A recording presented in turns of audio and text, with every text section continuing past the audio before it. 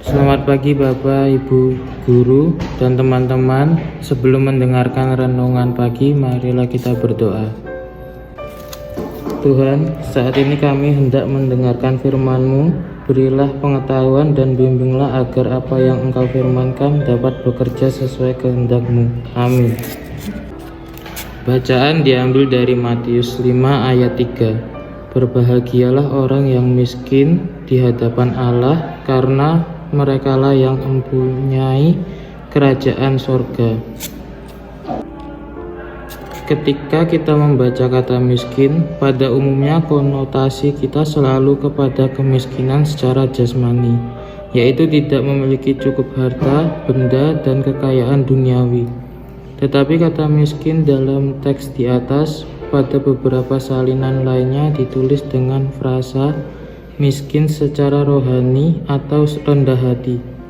Kemiskinan yang demikian harus dimiliki ketika kita berada di hadapan Allah atau berada dalam hadiratnya. Ketika kita merasa miskin di hadapannya, sesungguhnya kita sedang menyembah dan mengagungkan Tuhan, Allah yang Maha Kaya dan Maha Mulia, yang tidak sebanding dengan keadaan kita manusia yang terbatas. Hal itu nampak pada sikap hati dan isi doa yang kita naikkan kepada Tuhan. Ia melihat ke dalam dasar hati kita ketika berdoa.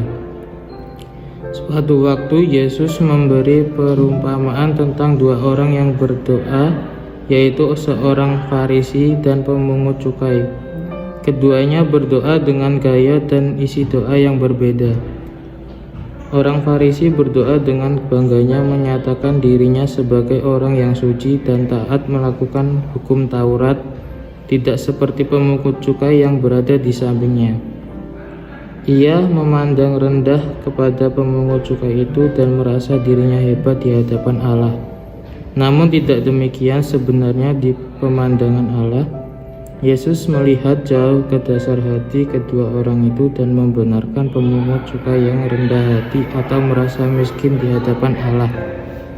Bagaimana dengan kita? Apakah kita merasa miskin dan rendah hati di hadapan Allah?